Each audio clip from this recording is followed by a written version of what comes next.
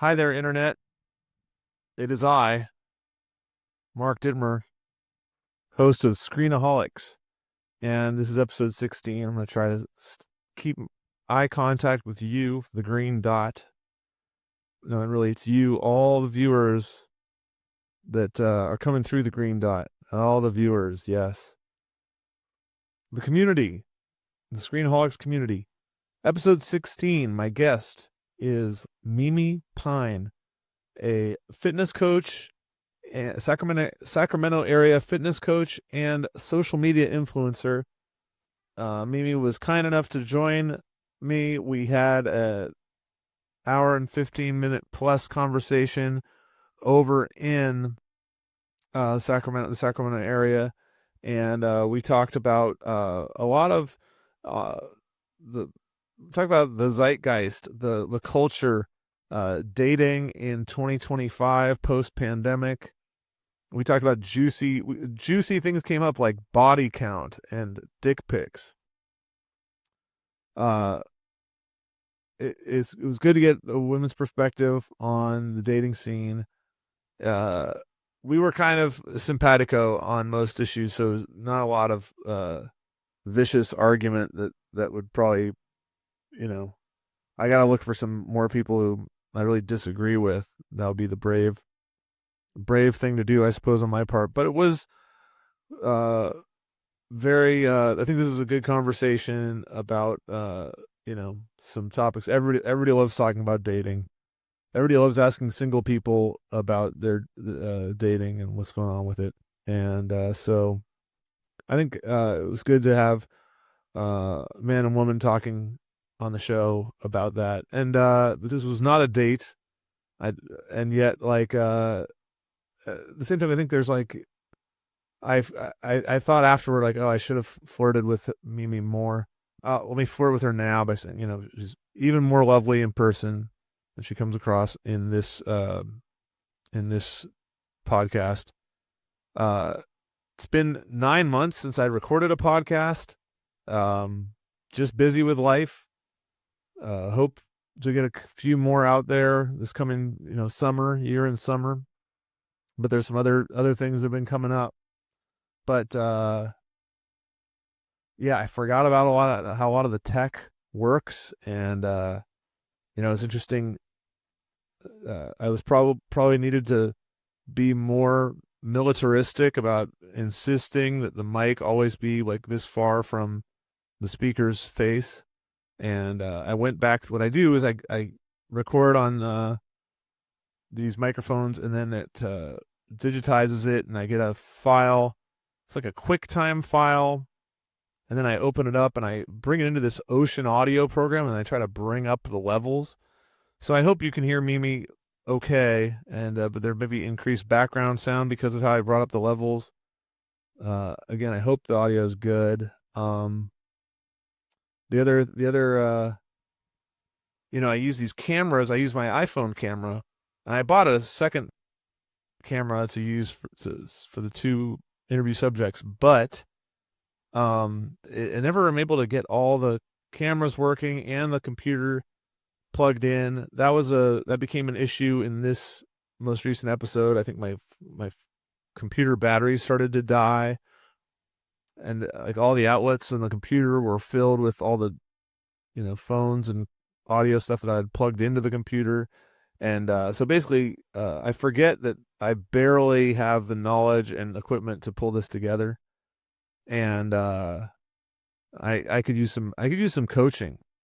Maybe we could have an episode about the technology. But in the meantime, the camera, like the app I use, the OBS app, which is the app I'm using right now to interface all the audio and video.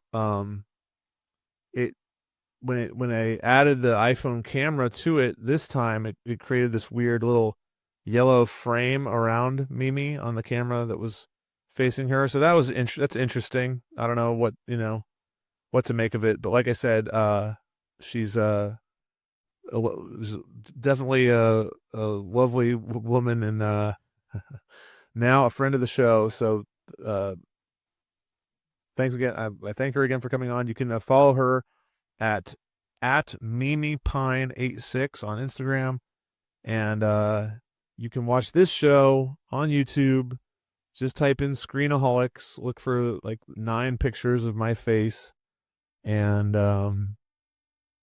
then yeah, like and subscribe and share, let's go viral and get everybody addicted to Screenaholics, the show, the podcast about addiction that adds to the problem of addiction by creating more content for people to get addicted to. Here it is, episode 16. Thanks. So, like I was saying, off air, we're just talking about screen addiction. It's like a kind of my go-to topic. So, but I've talked to mostly men about it. So I'm just curious about like screen addiction as it pertains to women these days. Like, what's the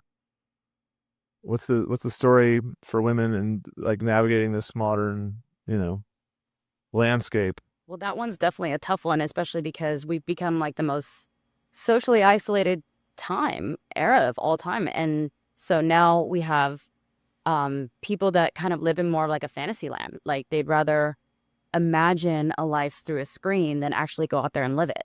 And so as a fitness trainer who's, constantly encouraging people to get out and to just, get fit and live life and enjoy, I definitely see the side effects of, social media and the rise of like, yes, everybody living through screens. And I would say that has a big effect on our dating lives now. And dating apps is just making it even worse. Let's call it what it is. Because we spend more time looking for a happily ever after, not actually knowing that there is no such thing as a happily ever after. You create your own happily ever after. So what do we do and how do we kind of go backwards from there to at least step outside of our comfort zones and go meet? Because you can't actually get to know somebody through a screen. It's just not possible. You're falling in love with a fantasy, not the actual person themselves. So what's your when did you first become aware of online dating? Like how you mentioned that earlier. So like, was it, I mean, you're and you're 38 now. that's right. So my first experiences were in my mid-20s, I think. So I did actually meet my son's father when I was 27 through Plenty of Fish. He lived in Stockton, and then he moved up to Sacramento to come be with me. And now that I look back on it, yeah, we did not take enough time to get to know each other. It was too much through a screen. And so we kind of rushed into things and got into a serious relationship without even really knowing each other. Whereas back in the day, we kind of organically got to know each other. But now in our today's culture, after college, when do we really go out there and get to know people? And then on top of that, we are overworked, we're overtired, and then you add kids to that too. And so people don't really have the time to go out there and go on dates. And so again, it's really like falling in love with a fantasy, and you don't really know who that person is. Then we rush in to move in with each other, and then you're starting to learn each other. And it's like, it's kind of backwards from like what we should be doing. We got to take time to get to know each other, find reasons to get out there. Hey, I'm sorry. I was gesturing at you to try to get this thing a little closer. Yeah, I can't tell. Right now I can't play it back, but I've had that happen where it's like, oh, we're missing. Oh no, this is good. Got it. Okay. Um. So definitely from a female's perspective, dating apps I know is very different for men and women, especially if we're a halfway decent looking female. We're going to get a lot of attention on dating apps.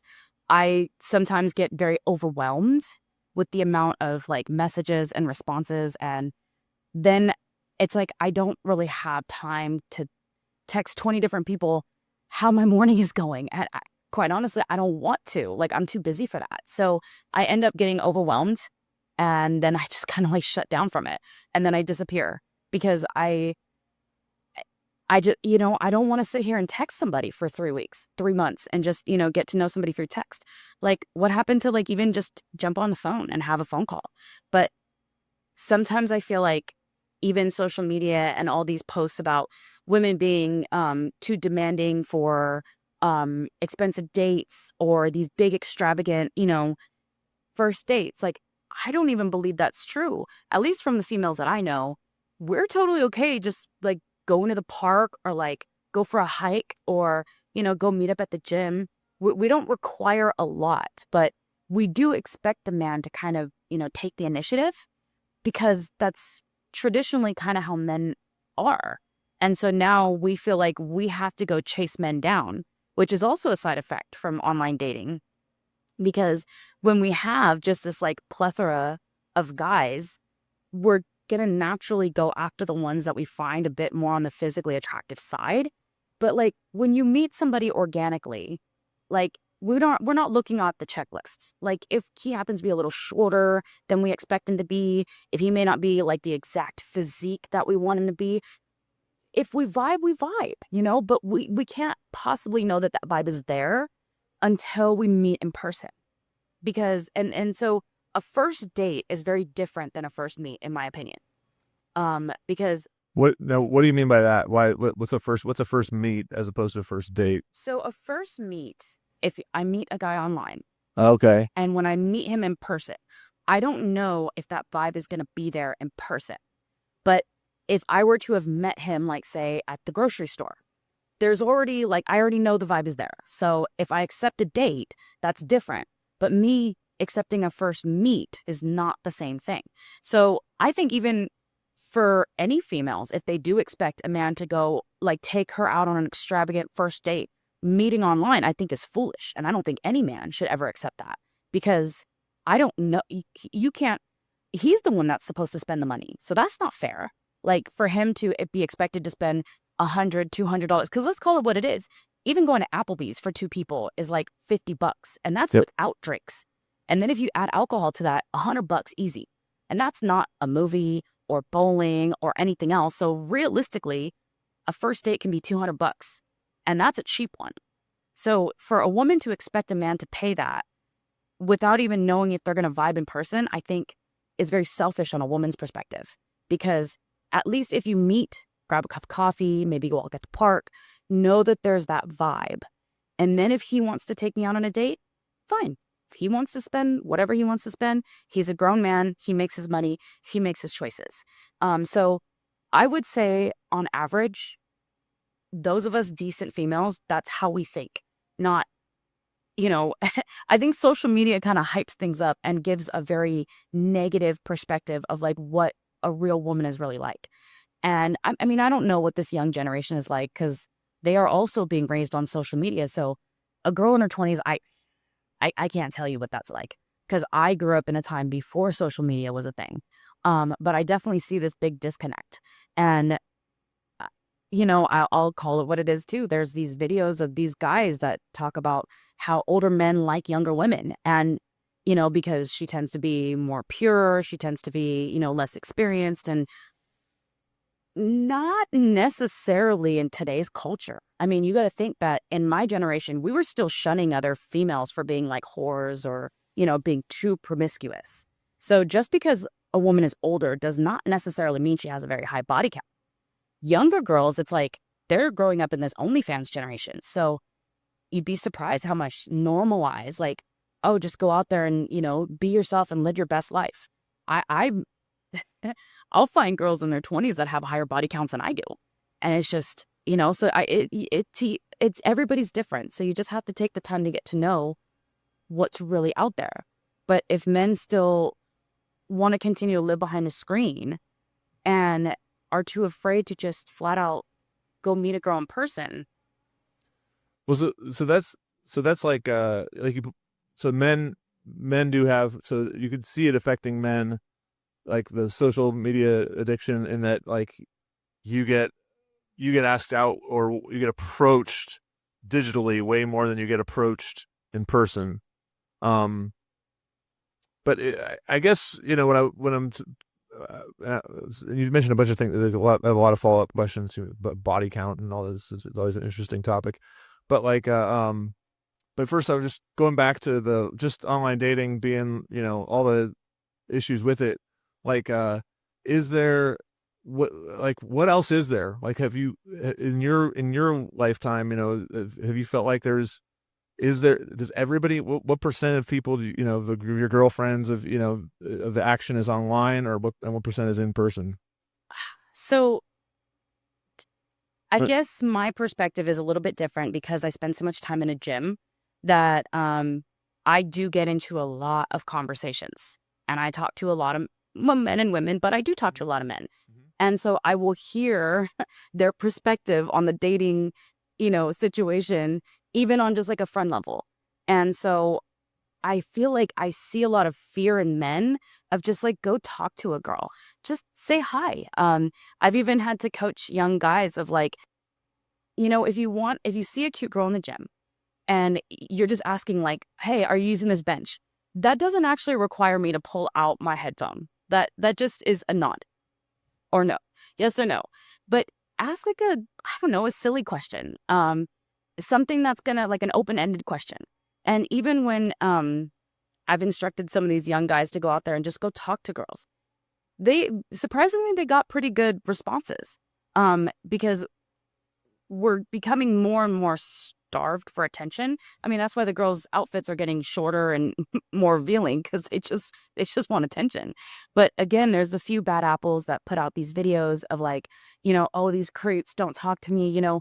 I would say the average female, we are pretty nice. And if we're not interested, we'll just respectfully decline versus like all this extra um oh, don't talk to me or like I don't know. I don't really know too many females that are like that. Usually we're kind of nice um and respond in a more positive way. So I've seen sort of I guess a shyness in men, like a fear to go approach women.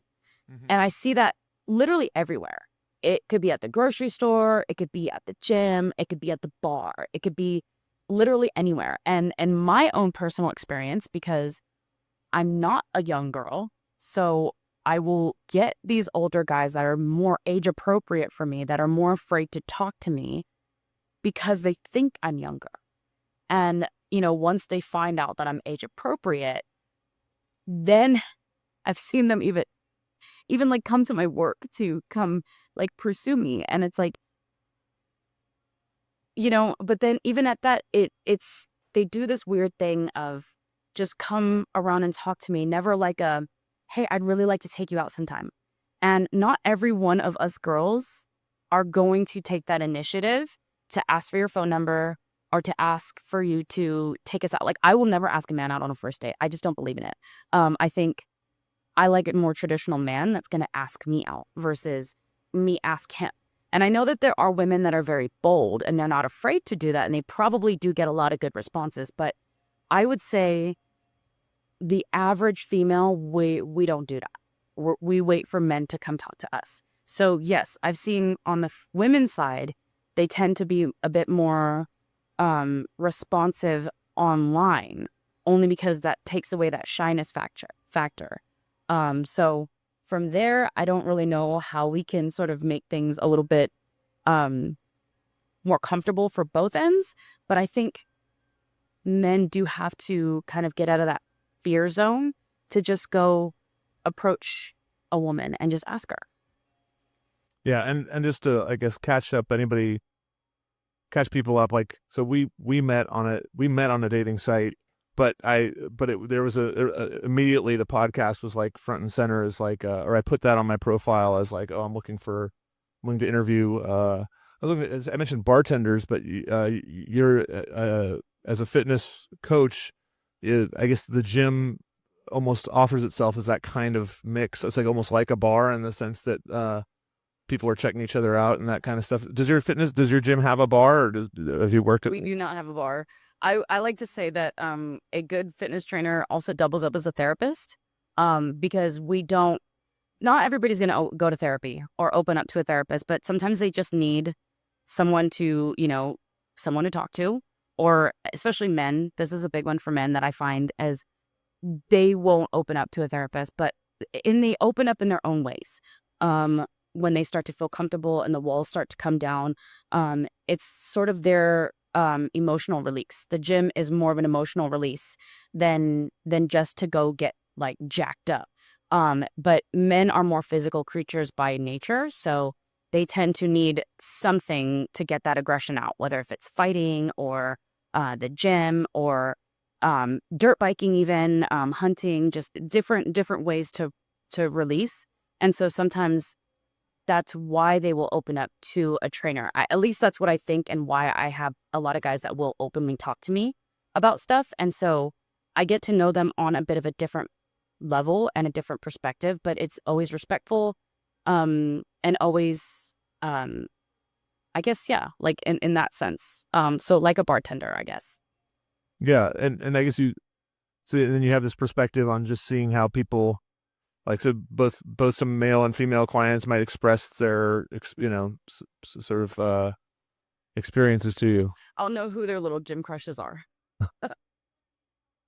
But I guess so. The landscape is it's hard to have anything like. What do you like? These are trends you think that are getting more so. Like, do you remember it being different? I guess, or the other question I was thinking of was like, do you have mothers or aunts or older women who talk about what it used to be like, or like? Oh yeah, I have majority of my clients are in their 70s, so they met their spouses during the time that this was a normal thing. Like, yes, men were the ones that pursued every successful marriage that I've ever seen. The man pursued, and he's the one that got her. And 30, 40, 50 years later, they're still married. And so it kind of takes that initiative from him.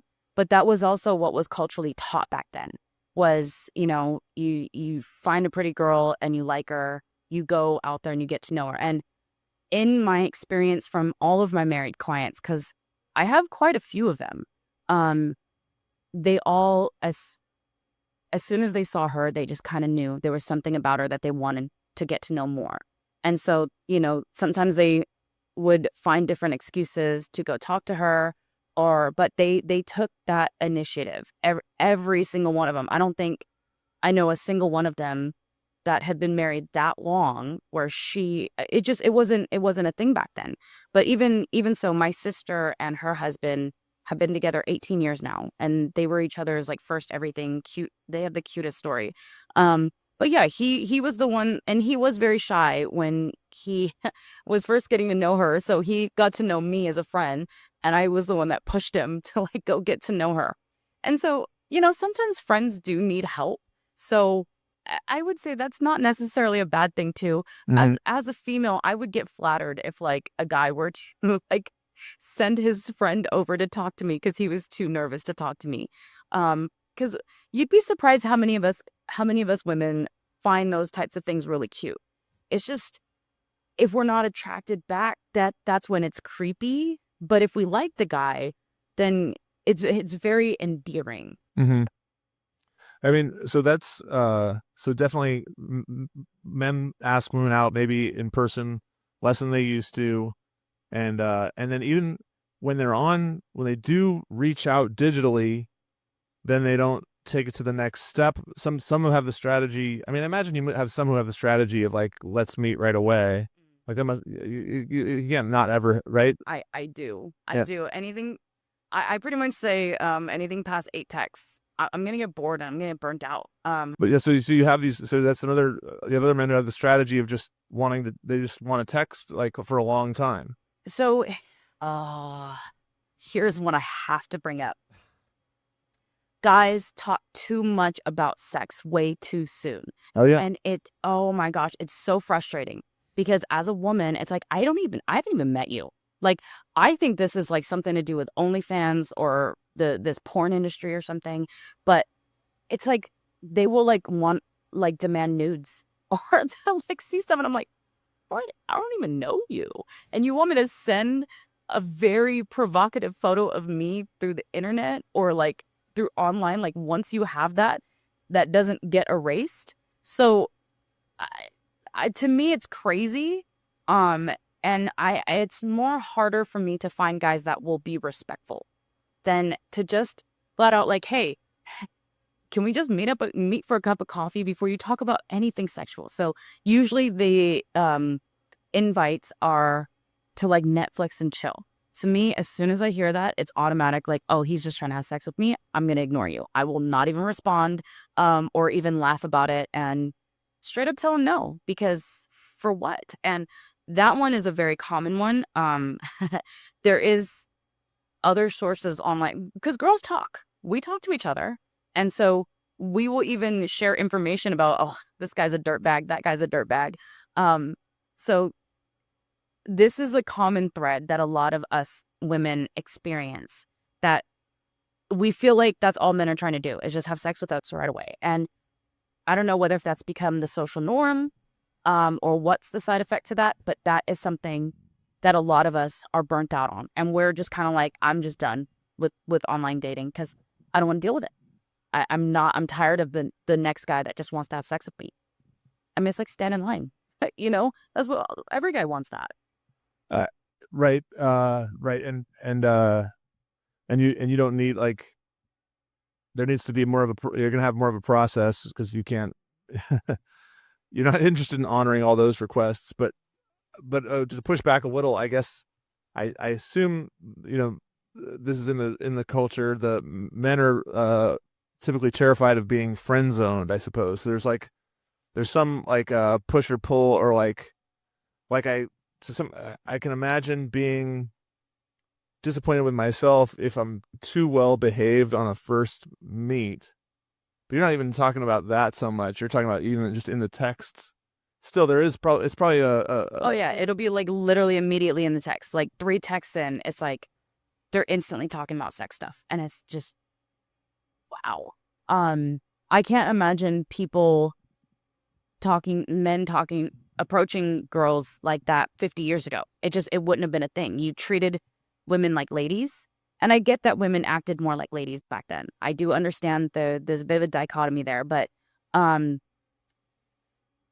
we have to, like, someone's got to start the change, right? So how do we start the change if both sides are like arguing that the other side is wrong? I think we're all wrong, and we all have to take a different approach. Yeah. Yeah. I wonder, no, I imagine there's just a little bit like, Well, if you notice that my photos in my on my profile, like I don't expose a lot of skin. I'm not over there making like sexual gestures. I don't feel like I portray myself as someone who's interested in stuff like that. So I could at least understand if I was, you know, showing my little booty pics or had my like, you know, had my cleavage all out in my photos. I could understand why men would approach me that way. Yeah. But I don't, and they still do. Yeah. It's like, so I feel like I'm very covered up in all my photos, and I'm very clear that like I'm more of a classy lady. So I expect to be treated like a classy lady, but it really doesn't matter. Like they still treat me however they, and I get it. It's what, from what I hear is it's a numbers game. Men That's just, right. yeah, they just throw out, and so it makes it too easy for them to throw out the numbers to like too many different women and just see who bites. But does it ever occur to guys that we get tired of being just another number? Or like how much modern sex comes from that, like from men playing that numbers game, and then do women just relent sometimes and be like, or how many of those, you know? I mean, yeah, it's interesting because like what you're saying is like, you know, there's sort of footwork and a whole process that one should go through, and what I'm sort of mentioning is like some men are weary of like, oh, I went through that whole process and I still didn't get whatever I got. But that's not supposed to be a guarantee. Like you're not saying, well, if you do all this, then you're guaranteed to get the outcome that you want. But that shouldn't be. Still, I don't know. I guess it also depends on if you're looking for short term something or else versus looking for long term. So I guess one of the from my personal experience, because I've been abstinent for several years, and I am very upfront with that to get to men. Like I will say it through the online sources, and just I'd rather just get this out of the way than to have to waste somebody's time or my time. And I get told by men quite often that they're not going to wait to have sex with a woman. And I'm like, okay, that's great. You're not the one for me. Because I get it that it is passed out so casually today. Mhm. But then at the same time, if a man wants a classy woman, he's got to expect that of her. And so what I find to be the common misconception is that she will be sleeping with the hot guy or the bad boy or whatever. But then if she likes a guy, she's going to make him wait. I don't know how true that is. That I'm sure there's truth to that. I do believe that. But not every woman is like that. Some of us just really abstain from it because we're just kind of tired of situationships or friends with benefits. And I mean, I've had guys ask me, like, whenever I'm ready for friends with benefits, let them know. I'm like, bro, I got a tally of you. Like, for what? It's not going to change. Even to the point that I've been offered money for sexual favors. And some of them are actually really attractive. But men are so used to not being told no that, and I think it's a side effect from this OnlyFans era. The offers are attractive, like the amounts of money, you mean? No, the guys Oh, the guys that are themselves. willing Okay, to got it. pay for it. Like, They're good-looking guys, I see, but they're still really shocking, actually. But I think it's because they're so used to being told yes that the fact that I say no and I stand my ground on that, like, it just, I don't know. To me, it's pretty shocking. And I have another friend that she has been experiencing this lately too. And so I find that to be very interesting that, this is sort of the time that we've come to. And I don't know whether if it is because it's passed out so casually. My assumption is that's what it is that if a guy is a good-looking guy, he will have quite a few options of women that are willing to sleep with him. Oh, sorry. Maybe sorry. And I'm sorry if anybody couldn't hear anything you were saying. and then, like, I don't know if the tactic to send out unsolicited dick pics works, but, like, guys just send them. And so remember that we are not visual creatures like men are. We don't see something like that and we're like, oh my gosh, I want to go see more of it. Or like, can I stick it in my mouth, please? No, we don't operate that way. I mean, I'm sure some women do, but So okay, here's my my pushback on that one. It's not like, oh hey, look at isn't this beautiful? I mean, maybe in some cases, I don't know, but it's more like it's supposed to be I think that the positive regard for it, I mean, would be, look at how you make me feel. oh, that's a good perspective. Okay. Never really thought of it that way. Um, I don't really have one, so I can't think of it that way. Um, I can definitely see that, but I guess, like, not every from my perspective, unless, like, we really are, like, super attracted to the guy, not a lot of us like dick pics. Right. Like, usually we want to, like, be in some type of, like, some kind of relationship, be even a situationship. We have to be somewhere on a comfortable level. But so for a guy to, like, I've never even met you in person and you're like sending me pictures of your wiener is like, Yeah. just automatic turn off. I mean, they don't have a good reputation. I don't think, like, But I guess it works for some guys because they just, because they're very calm. Like, yeah, I mean, but I mean, I understand there is a percentage of women out there that are into that kind of thing. I would say for us classy ones, we're not like that. We don't want to see it.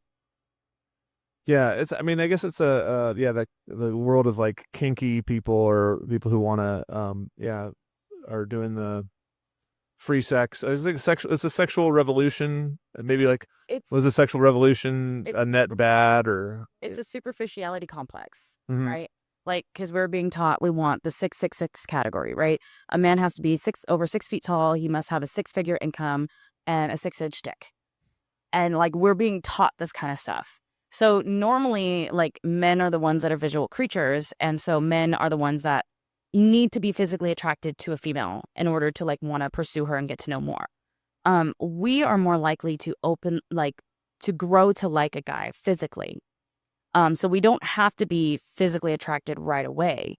And so this is where where I know dating apps have really screwed us up, because we're getting like just this plethora of different applicants essentially. So Yeah. now we're looking at like the check marks of like what's on the application. Is he over 6 feet? Does he make over six figures? And then I guess piques that curiosity of like, does he have the last member too? And so, but again, if you get to know somebody organically, these are things that, at least classy women, we don't care so much about. Because I've met guys that were on the shorter end and I totally like them. I didn't care about their hype. It wasn't a requirement. Um, he can make a lower income and I'd be totally fine. Just like, can't be like something crazy like 30,000 a year. In today's economy at this age, I just, there's certain requirements, but not every one of us are looking for that super high end, Mhm. like top dollar value guy. Yeah, I mean, I think that was showed up on my social media account. This excerpt from the Ugly Truth movie, which was like Catherine. Anyways, this guy was giving a speech about how, oh yeah, girls are just checking boxes with you, yada yada, as opposed to like being romantic, But you're saying there can be romance, or there's still romantics out there. Oh yeah, tons of us. And not, but it's just because it's too short of a time frame. Does that Right. make sense? Yeah. Only meeting online and then maybe one date. I'm gonna go based on the superficial stuff because that's all I know. But if I get to know a guy organically, so meaning dates, and so when it gets to the point of where I decide whether if I like him fully or not, that's gonna take time for most of us. And so when men are just jumping straight into trying to have sex right away, or too afraid to like not make a good impression, and so they're trying to like spend all their money on like a extravagant first date. Again, if a woman is requiring that, then take that as a red flag. But getting to know her, I think like a picnic on a hike is totally romantic and a great way to get to know me. But those things never get offered. It's always the expectation to take me somewhere extravagant. And so I've even had men like back out, like I'll get ghosted. And then one finally opened up and said he feels like I'm just using men to go on dates. I was like, I just told you I wanted you to figure out what we're doing. I would have been totally fine to go to Chipotle or to like go on a hike and have a picnic, or not even a picnic, but I just assume, it'd be smart to bring snacks if we're gonna be out there for 2-3 hours. Um, but it's just sort of that assumption. And then I think then when men put in so much financial obligation, then they more or less want a return. But if we stop thinking that way and just find ways to get to know each other, then it sort of takes that pressure off. But because we don't meet each other organically, that's ultimately like what's becoming a huge problem, because you don't, I mean, I think the gym is a great way to get to know each other. You see each other often, but you got to take the initiative and like get into that conversation. And maybe, and that's maybe, especially for people who are going there as like clients, as opposed to like where you work, then it's maybe less available. Well, I mean, even when I'm not working, I still like I'm probably in a gym like 6-7 days a There week. you go. Yeah, yeah. So I will work out there and I will still see that I'm getting checked out. And, guys will do exactly that. They'll ask, am I using this? You walked across the room to ask for this one dumbbell that there's like 3 other setups over there that you could have grabbed. I know what you're doing, but ask me an open-ended question, because I answered your question. I said yes or I said no. Well, that doesn't leave a lot of room for, me to respond to anything else. And I'm not going to initiate the conversation. So why can't you?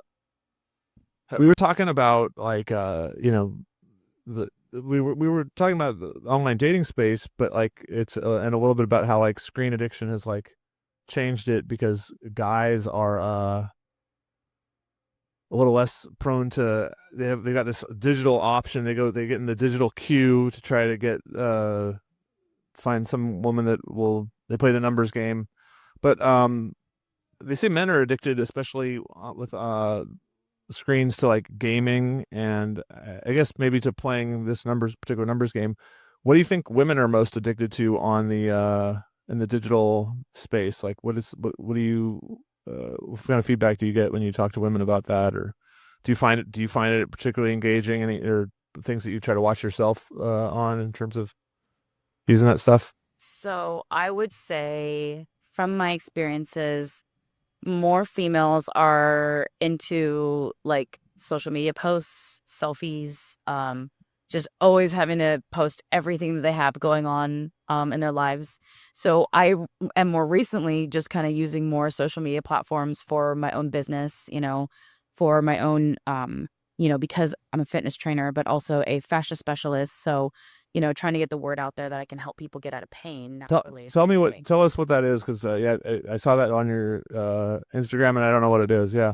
So, fascia is so think like how we will get a cut on our skin and we'll get scar tissue. Mm-hmm. And so fascia kind of works like that underneath our skin. Like if we get like microscopic tears in our muscle fibers, fascia kind of recruits to hold it together. And so over time, we will get these big fascial knots underneath our skin that can really obstruct like our movement patterns. And so now finding that it also obstructs our lymphatic system, there's a lot of health conditions that I'm finding that is being related to fascia. Fascia is very largely unstudied, so our medical system doesn't really know a whole lot about it. And so I help people get out of pain naturally and help them avoid surgeries and help them improve their overall health. Just by just understanding the human body and how I can help them through that. And so because I study two different industries, which is the fitness industry and the massage industry, I've been able to help people with some pretty miraculous changes. And so I really want to get the word out there that like these things are possible to do. But first we have to understand the system that is not really in our like medical science. So, people are going to the doctors for like things like shoulder impingements or knee arthritises. And it's like, but that's not the actual problem. Like there's other things going on that we have to address first. And so, and then especially because we're in this Google era, right? So we're going and finding things online. It's so easy to like self-diagnose and find things that we think is wrong, but doesn't necessarily mean that is the problem. So that's something that I've been using the social media platform to sort of promote. But I tend to work mostly in person, kind of organically. And so I've had so many requests in the past several months that I finally started to create content to put it out there. And so I do see that, unfortunately, because of social media, there's even a lot of people that there's so much misinformation out there that I feel like we're living in this like land of confusion, and people are getting more and more confused every day. Because instead of, taking some time to sort of like think with our logic and understand things like proprioception and understanding inside of our bodies, um, we're just getting more and more scared. And so I feel like Proprioception. proprioception is it's more of like an internal outlook. So when I'm training somebody, and especially when it comes to muscle isolation, because they need to strengthen this particular muscle to help relieve pain, instead of teaching them form, I teach them like, okay, do you feel this? And when you do this series of actions, this is where you need to feel it, versus like you need your hands in this position, your back, in this position, that position. I mean, I teach them all that stuff too, but the biggest key that makes me very different and why people understand my methods, like when you're working with me in person, is that because I teach them proprioception. And so I've come to find that like we've been really taught to fear pain so much that we don't know the difference between a workout pain and like a pain. So people are scared to try new things because they're just so afraid to do something wrong. And because there's so much misinformation out there, we're just in a land of confusion. And that's for my like professional work. But then overall seeing, because there's a mind-body connection even in fitness. But seeing that mind-body connection is also a lot related to screens, social medias. Oh, women have I see it more in women. I'll call it what it is. Men are not so into like shows like the murder documentaries and like the Law and Order SVUs and all that stuff, the forensic sciences. So I feel like that's creating this crazy paranoia in women that I hope would kind of get to a point of like pulling back on that a little bit, because I mean, it. So they'd be afraid to. That's what that was a perception I have, is that maybe since COVID, women are less likely to even be out. Oh man, yes, it's pretty bad. I used to watch all those shows. And then during the pandemic, I just personally had a lot of things going on. And so I had to sort of like detox from everything negative. If like I couldn't even be on my social media, I couldn't watch any TVs, I couldn't watch any shows, anything negative, and I would just kind of lose it. So I started reading a lot and I started going on a lot more walks and just getting out there and getting more in tune with myself. And it was the greatest decision I ever made, because now looking back and seeing how much that's affecting us and putting us in fear, where we're I mean, now I watch it. There are quite a few women that like they're too afraid to like let their kids out of their sight. Um, even to trust the other parent. Like, I mean, that's their dad. Like they, you can't just not trust the man that also like created these kids. But also like for dating experiences, they're always looking for like the guy that's just trying to play them, or just every guy's a dirtbag. And if we keep thinking like that, then of course we're going to treat every man like he's a dirtbag. So it's creating this like kind of misconception in my experiences, because I talk to a lot of men because of the way, the type of work that I do. I would actually say that a majority of men are good dudes. Like they're good guys. They're just very misunderstood. And so maybe a lot of guys don't know how to sort of communicate that. But You've had good experiences with men. yeah, just getting to know them on a personal level. And women are not as good at communicating as they think they are. Um, they're good at communicating what they think they are communicating. They're not usually listening to what a man is truly saying, because men don't communicate the way that women do. Men are not taught to talk about things. And even when they try to, I can see their nerves will tend to come up so quickly. There's a very few percentage of men that do talk a lot. And, they are known as the talkers. And so they can be good communicators. And so we may have this misconception that all men are able to talk about things. Actually, in my experience, most of them can't. They won't.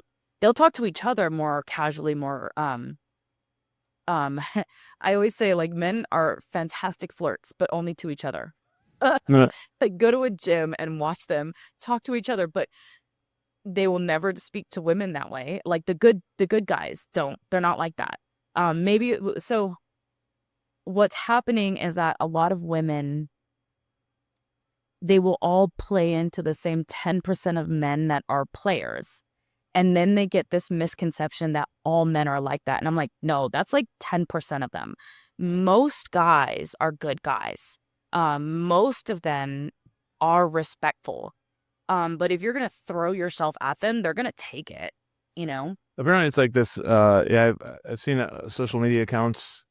There's one called Ho Math that I know it's yeah, whatever, but it's all he's real smart. He does all these drawings, and he talks about he has like a ladder and says that, and basically breaks people down, like people are based on their options. Like they're So, yes, all women are going after the same 10% of guys. right. And And so those guys tend to be players, but then because they can. the guys and a lot of guys are.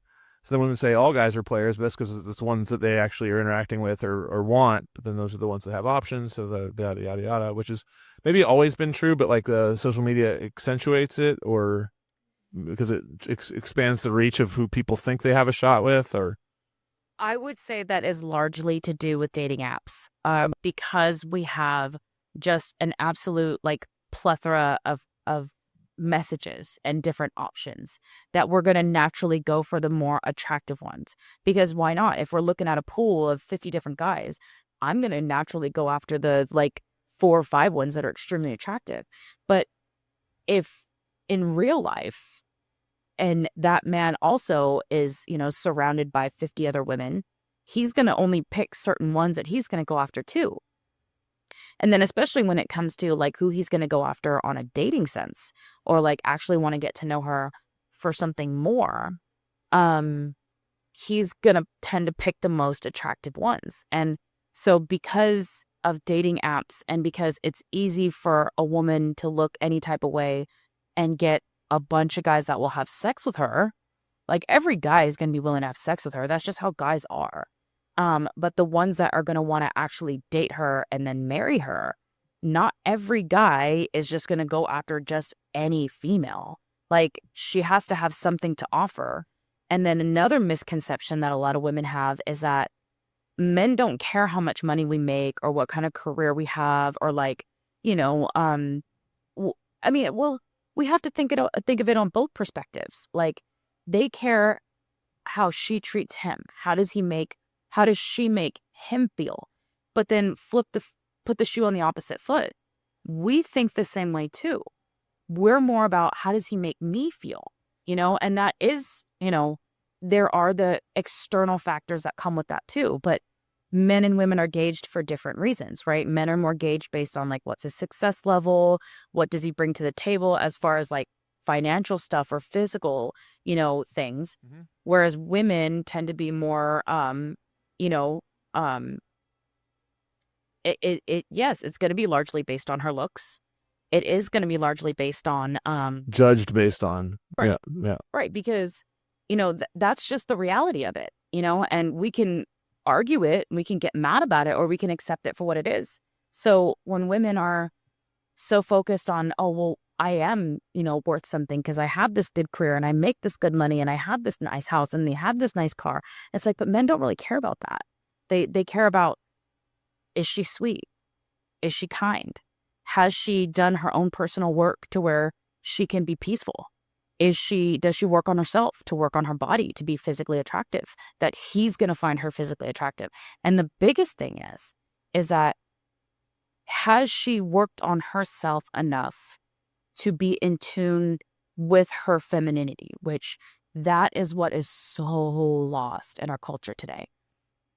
Femininity is, let's call it what it is. We're all designed by nature to be mothers, whether if we are a mother or if we're not a mother. And as a mother, my intuition, my natural primal instinct is intuition. So I'm going to be able to communicate with a child too young to speak. When my son doesn't have the emotional capacity to tell me what's really going on because he can't, I am so in tune with him, I know what he needs from me. So you just take that and you channel that into a man. It's very simple, but we've lost that art form that's ultimately what men want, is more than sex, more than, her good looks, is like, is she able to actually be in tune with him, to be that peace for him when he's exhausted from fighting the war outside of home? Can he go home and can he be at peace? But then he comes home and the first thing she wants is to start an argument with him. And it's like, that's exactly what he doesn't want. It doesn't matter how much money she makes. It doesn't matter what she financially brings to the table. It matters on that little aspect there. Can she at least read him enough to know, okay, right now is not the time. Give him some time, give him space. Does he need a hug? Does he need food? Does he need a blowjob? What does he need? It's just very simple. But women don't talk to women anymore on the real things. We are taught to be men. What are our finances? What are we looking like? What's our career? What's our career goal? We're being taught, who has the nicest car, who has the nicest clothes, and so now we're looking for superficial things, but none of that really matters in the end anyway, because now we're the most unhappiest generation of all time. So. Now, what was it you were saying when during the break? That we're the least social, the most isolated generations? Social media has made us into the most socially isolated generation of all time. The most socially awkward generation of all time, which is very ironic. And as somebody who actually goes out there and talks to people and gets to know people, I see a very different perspective. Because yes, I find people are too stuck in their own little fantasy world, whatever version it is, because now it's getting even worse, right? Because at least back when you had one television in your living room, families had television time so they'd watch a movie together. Growing up, we had 3 channels. Well, unless you were rich and had cable, which I was poor. So we had 3 channels. So at least even in schools, we all watched the same shows. So we all knew the same references, the same movies, the same songs, the same this, the same that. But now it's like everybody has their own screen. And so they're watching different things. They're paying attention to different things. Social media now follows your algorithms. So whatever it is that you look up, if you're into murder documentaries, if you're into gossips and Yeah. the TMZs and whatever paparazzi stuff, that's probably even the old school stuff. Whatever it is that somebody's into, oh God, and then like politics on top of that too. Like whatever you're into, the social media is going to follow that algorithm. So we're getting more and more disconnected, like by the day. I should start asking guests what's in your algorithm. That'll be like that could be the lead off of like any interview, because it is kind of like tells a lot about like, but it's also a little private, like certainly when I'm at work, I don't necessarily want people to see my algorithm, Yeah, well, I mean, Home math. I don't want people to. so with my social media, it's always positive stuff. So I don't see any of these negative things. Like I don't watch the news. I freaking hate that show. Um, I get enough news from people telling me what's going on that's enough for me. Um, but everything is like positive quotes, words of affirmations, That's things good. that we Sounds can like a good algorithm. Yeah. yeah, but I chose that because Yeah. Yeah. I chase after those things. So I like to say attitude is a choice, and we get to pick a different one. So we get to make the choice. Do we want to be a happy person or do we want to be like miserable? But we're not trying to be happy. Then what are we trying to be? What do you have a son or a daughter? I have a son. What do you, so how does, how are you, like, what are your concerns as he gets to, because when he gets to be a teenager, then it's like pretty much all the stuff we're talking about is almost like, high school never ends type of stuff. So that's when he'll be living it. But right now he's 9, is it? So, yeah, what are you telling him to, like, is it, what you're telling us here, is that kind of what you're telling him a lot? Like, he's getting this message? So I teach him things like, because I see the social influences that are happening even in schools to my kid. And I teach him all the time, I'm not raising those kids. I'm raising you. And I'm going to raise you to be very different. And I know that that's frustrating and is in a way creating a social awkwardness in him as well.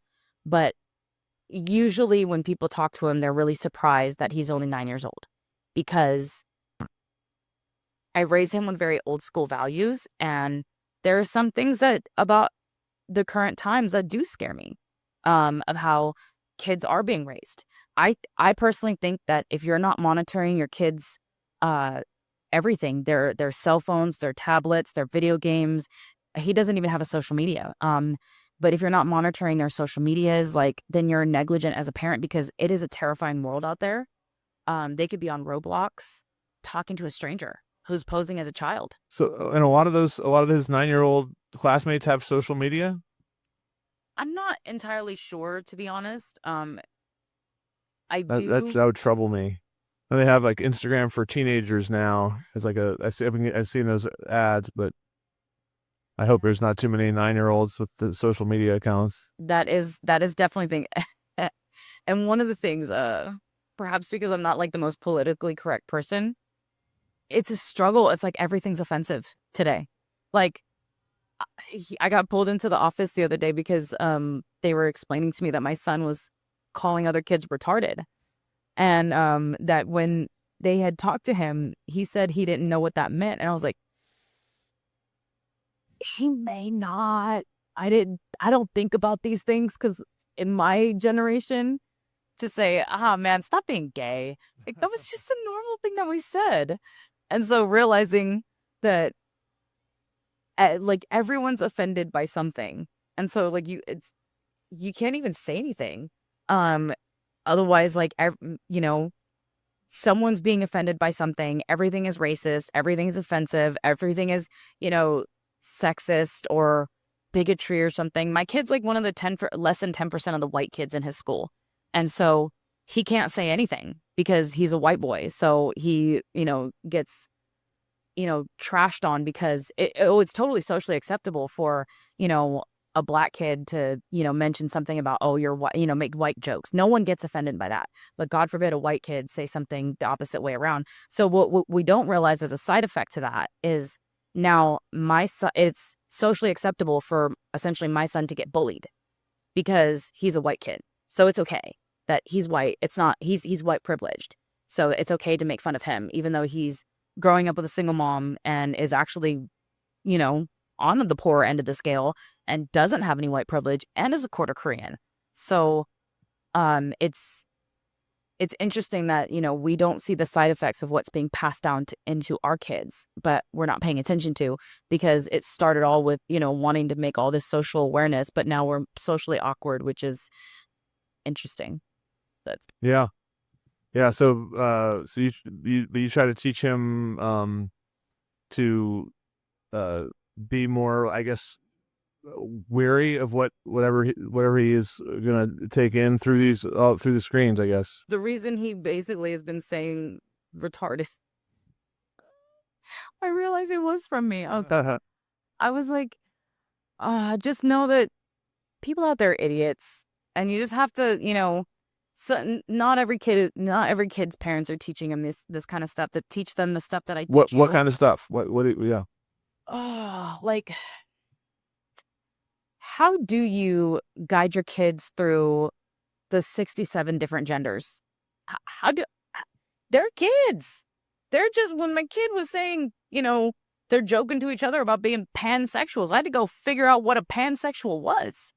And then I'm like, I don't even know how to, like, what do I teach my kid? So I was, at a certain point, I just got burnt out on it. Like, one of the parents, I guess, got pissed off because my kid was just being a kid, and like all the kids were teasing him. He chased after everybody, and the one kid that he caught and just kind of trampled over, like, she flipped out on me, and I was like, bro, they're like best friends.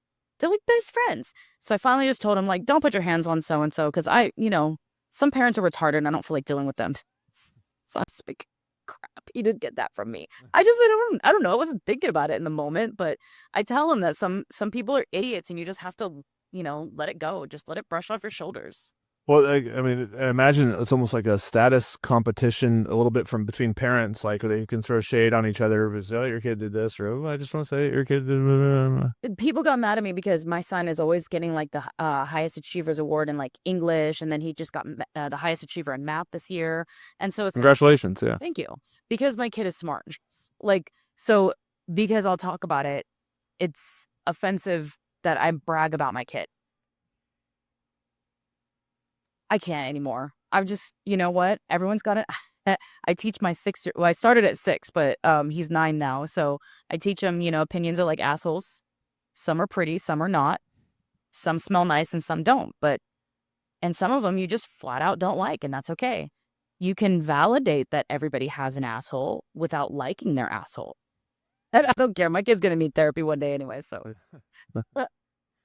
So in other words, you try to give them some sort of sense of like people skills, like street smarts, kind of. Yeah. That not everyone's gonna like you. Some people are gonna dislike you for whatever reason. Probably has nothing to do with your gender, your race, or your identity, or anything about you.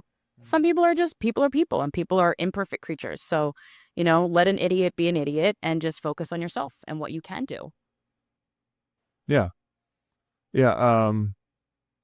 And then I guess and then we'll see, like they'll be getting all that social media stuff in a couple of years, right? That'll see how he gets that, to figure out how. It's definitely getting worse. I mean, and they'll start asking. He's going to ask somebody out at some point, right? That's gonna. Yeah. He asked me when can he have a girlfriend. I said when he's old enough to know how to treat a girl right, and that if he's not ready to be nice to a girl the way that he would want a man to be nice to mommy, then he's not ready to date. Mm-hmm. So I'll see how long that lasts. But right now he's 9 and he still thinks that girls have cooties. So yeah. Well, that's it's one theory.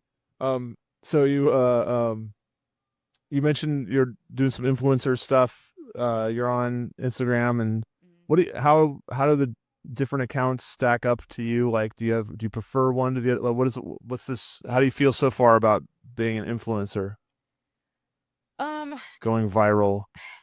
so I actually I can like it, and then sometimes I don't, because I will basically talk about a lot of things that are a bit, I guess, a bit controversial, because I'm a big advocate for change, not just in our medical system, but in general. Like, even I think I have a couple posts about, I try to advocate for men, advocate for the power of fathers. I advocate for the power of, like, let's just go back to simple stuff, how much our body dysmorphia has gone crazy. And now we have 11-year-olds using filters.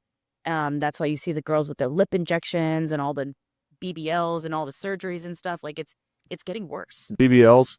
Where they pull fat out of different parts of their body and Okay. shove it back in their butt.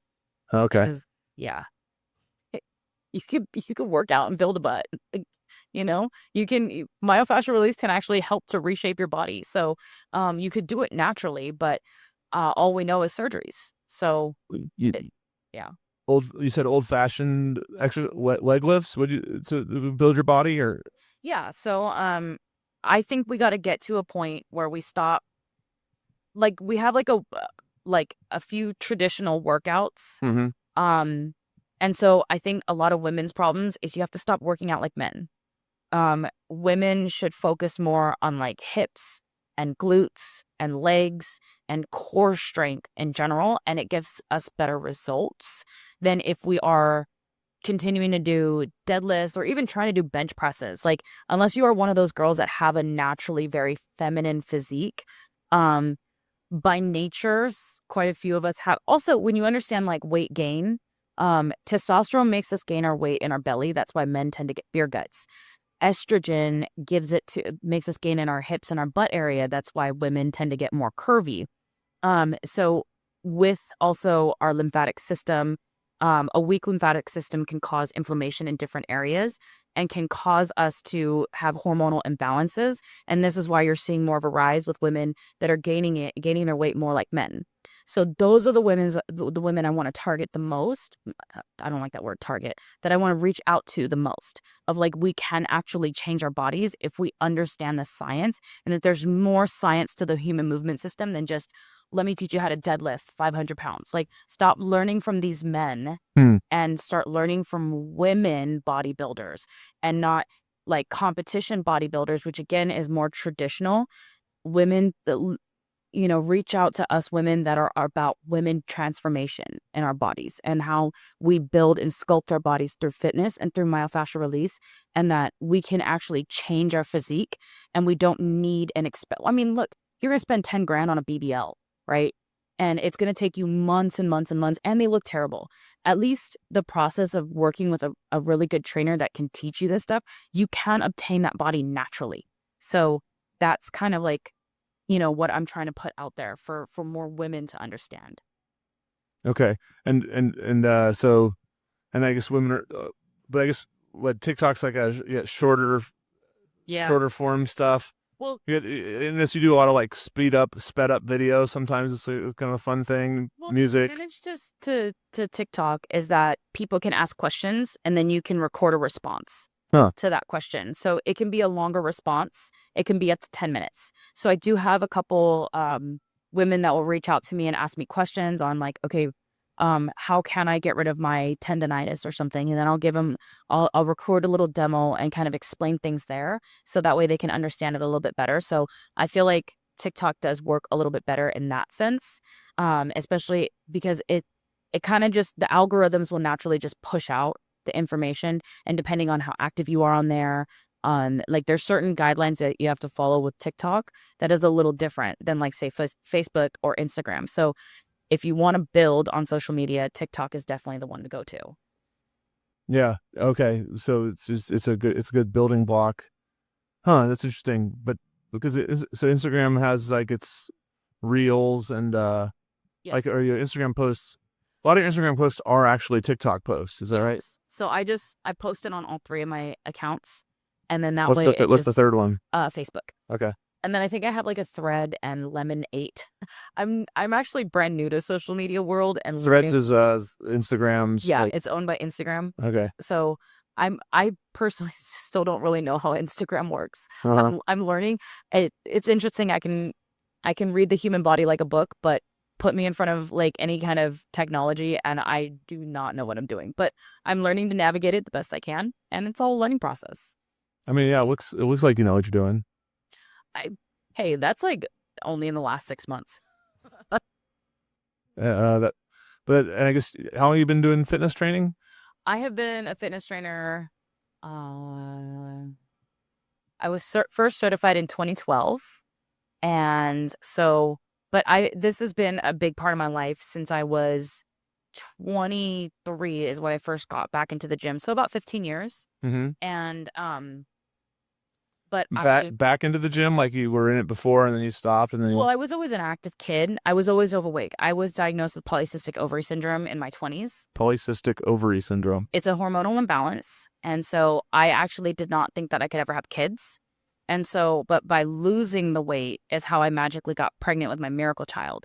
And so that's what motivated me to go help other women learn how to lose weight. So that way we could have, because it's so much more than just aesthetics. It's about our health, and that we can literally rewrite our health by getting fit. But there's technique involved, right? Like, so balance and stability, and then also shaking, right? Like they had those vibrating plates that I know people think is silly. I mean, if you think about Jack LaLanne, he was the one that had that like vibrating plate that had it had a band that would go around your butt and it would like shake your butt. Like, oh my gosh, that was so genius. Like, I wish they would come back with that so bad, because it would be, it's such a great idea. Because we're having a lot of hip distortions, glute weaknesses, because we drive and because we sit too much. So a lot of pains, a lot of sciaticas, a lot of knee issues, foot pains, even migraines, more related to weak glutes. You'd be surprised. Jack LaLanne's hip vibrating thingy. Yeah. So Jack LaLanne, for those that are not familiar with him, he was a really old school fitness influencer, and he was insane. He was able to like pull a train. I think he would swim to like I forget. He would swim miles and he would pull like rowboats. Like he himself, just his body was like a machine. And even when and so I didn't know about him until I started working with a lot of seniors, and they were like, "You got to look up Jack LaLanne." When did that start? When did you start working with so many seniors? Um, Pretty much like the majority of my career, just Okay. because I guess in a sense they're kind of like more like job security for a trainer. Uh-huh. Um, because they're the ones that have the money to afford regular training, and they're the ones that have the most pain and Yeah, that the I can need. help the Yeah. most. Yeah. So, I've had a number of them avoid surgeries, fix things that they didn't even think was possible. Getting results in a 75-year-old is really incredible. Like when, a grandma can now compete with her grandkids and she has better mobility and flexibility than her own grandkids. It's pretty incredible to watch.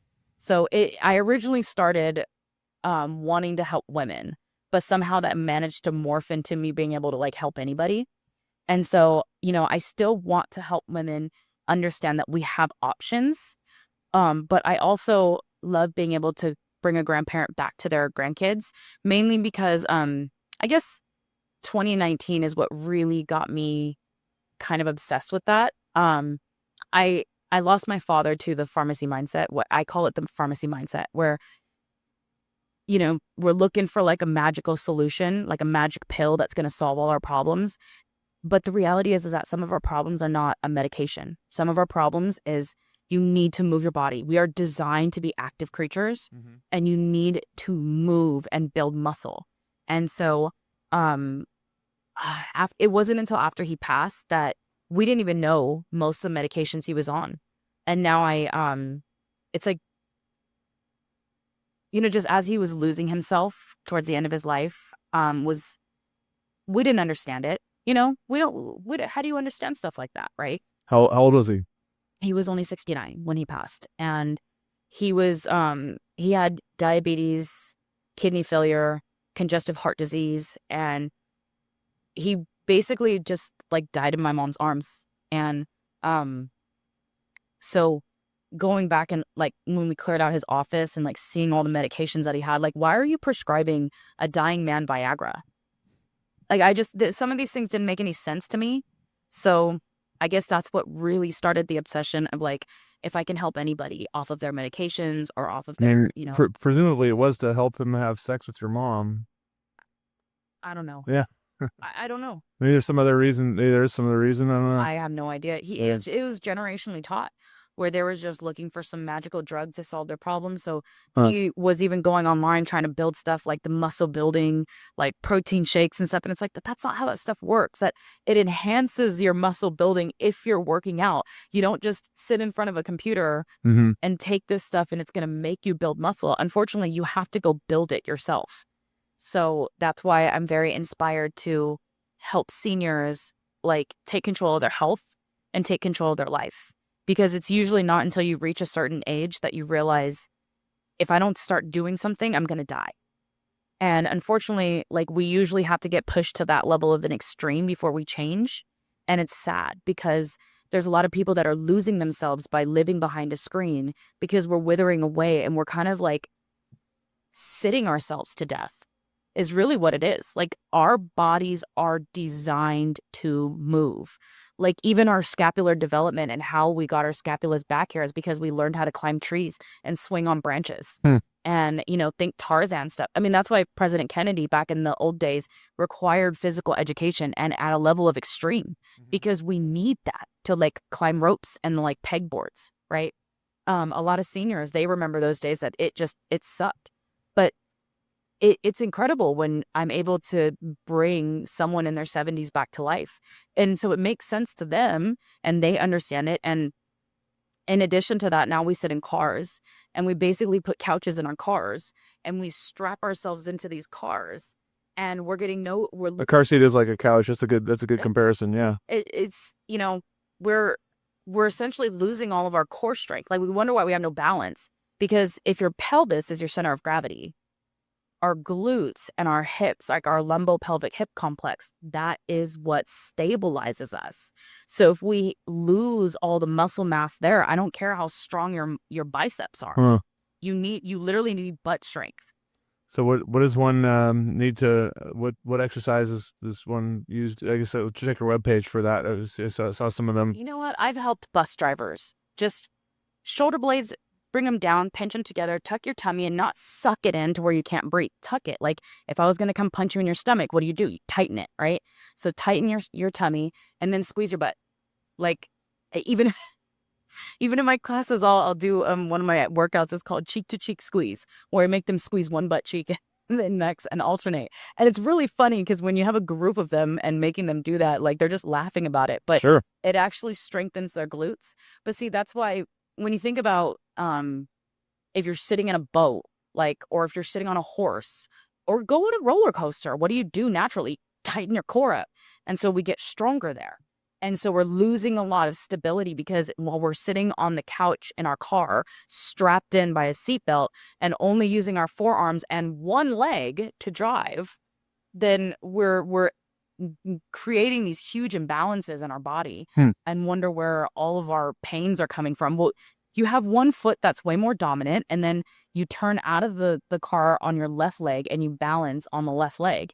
And you wonder why one leg is so much more dominant than the other. And it's like, but what's the common denominator? It's cars, And then I have my whole spiel about toilets and how, we don't squat down. How do you shit in the woods? Call it what it is. How do you poop in the woods? You squat all the way down and you let it all go. And then you stand up. But we now sit on toilets and we wonder what I'm sure somebody's already tried to make a business out of that. Like, replace your toilet with a hole in the, I wish they would. Squatty potties. But it's not just the fact of desk jobs. It's overall lifestyle pattern. We're not moving like we would. Go camping for 3 days. Like, legit camping, no electricity, no toilets out there. Like, go start a fire and like go catch fish or something to eat and see how hard it is to live. But we're designed for that kind of life. Mm-hmm. So we're crippling ourselves because we don't live like that. Our shoulder impingements are because we don't lift our hands above our head anymore, because our showers pour water on right on top of our head. So we don't even have to dump water on our head to bathe anymore. I mean, think about how much work it takes to go pump water out of a well and bring water back into the house just to take a bath. Right. So we have it so easy. So therefore we're falling apart. Mhm. Yeah. Yep. So it's very ironic that, we've been trained to like go to these colleges and get these really good educations so we can have a desk job and we can make a lot of money working these desk jobs, only to have to cycle back around to pay money into a gym and to go jump onto the human hamster wheel called a treadmill. Like, and just we have to force ourselves to exercise. And it's like all because we eliminated the need to catch a chicken, kill the chicken, clean the chicken, cook the chicken, and that was dinner. And we had to do that every single day just to eat. But we don't do that anymore. So And we have to get away from our computer screen addiction to go do that. And ironically, to get the message to people, you have to create content for the screens. yeah, the irony of it all. But yeah, that's how I have to reach through to people. And then flat out, there's just quite a few people out there that they don't want to do the work.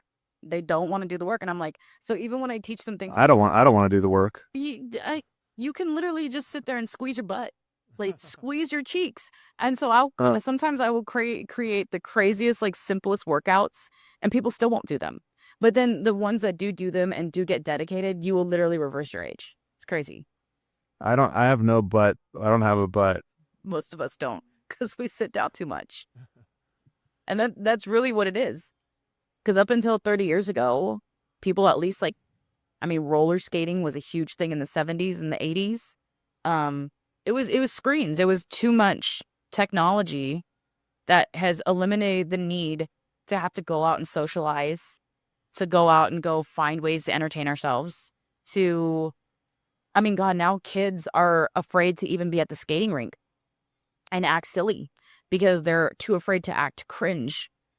And I'm like, I'm the one that like acts like an idiot in the skating rink, just trying to hype the kids up to act like kids. But because back when we were kids, there was no evidence to us being cringe. There was no evidence to us acting like idiots. So we just acted like idiots because that's what kids do. But I think that is, when they get to a certain age, then adolescence, you get embarrassed about being a kid. Yeah. So I guess maybe that's why I make a fool of myself out there, because why not? Cheek to cheek squeeze. What trainer comes up with workouts like that? And this is what gains my popularity and, in my work is, you just don't understand it. But then when you feel it for the next 3 days and feel better, because now you have better balance, you walk better, you move better, you can get up and down from the floor better. It makes sense after a while, but initial phases, people have a hard time understanding what is the purpose to some of my workouts. But and some of them, like I call it the porta potty stand up. So you sit down, but you don't fully sit down. You inch above the porta potty, like, ew, I don't want to touch the gross porta potty. Because so a lot of people don't understand how I'm trying to get them into a hinge motion to isolate on certain muscles. It's kind of like a squat, right? Yeah. So it's, but the way you kind of bend back. Yeah, a lot of us, our squats we bend in the knees instead of. Because we plop down on the couch. So we plop down on the toilet. Mm-hmm. Whereas if it's that's only porta potty, then you wouldn't want to do that. Okay, that's smart. Yeah, exactly. So it's like, and hey, I say that's a real life skill right there, because there's going to be that moment that you have to use a porta potty and you do not want to touch that thing. And in those moments is when you're going to want the balance and stability to make sure you don't touch that porta potty. And it's a realistic solution, because you want to sometimes it's like, oh, maybe you can you let yourself touch it, but you don't want to you still have enough balance so you just touched it. You didn't well, what about let your whole body touch it, And what if in that moment you really don't want to touch it? And sure, because maybe it's covered in someone else's urine or feces. You're going to want to make sure that you have the balance and stability that you don't have to. Hey, you're a man. You don't understand this. Urine and feces. As a woman, see, we have to sit down to go. That's true. So, yeah. There's been many of moments, and I'm Yeah, because I was thinking that in that moment I was like, oh, you could just maneuver around it a little. No, not as a woman. Yeah. So especially because we have to pull our pants down. So I love the fact that I have the mobility that I can stand over the porta potty. If I have to lift one leg up and be in an awkward position, that I can isometrically hold myself in that position, and do that in high heels and being drunk. That's a real life skill, right? Yeah, seems like it. Well, awesome. Mimi, very cool to sit down with you. So Thank you. people can Mimi Pine 86 is your account. Yep. My Where Instagram have people reach you across?